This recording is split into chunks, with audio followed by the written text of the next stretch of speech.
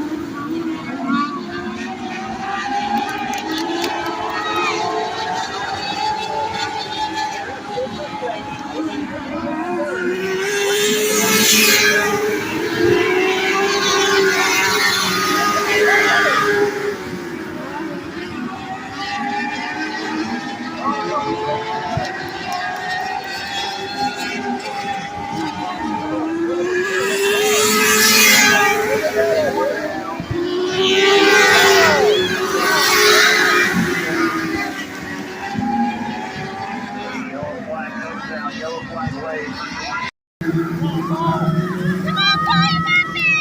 On the pro green flag, Keith Awake started for the Midwest mini sprints this evening. High atop the flag stand there. Indicating to the drivers, we have 1 lap to green flag. Drivers know they have 5 laps remaining, and Samantha Alloway looking to win the B-Main here tonight at Farragut Speedway.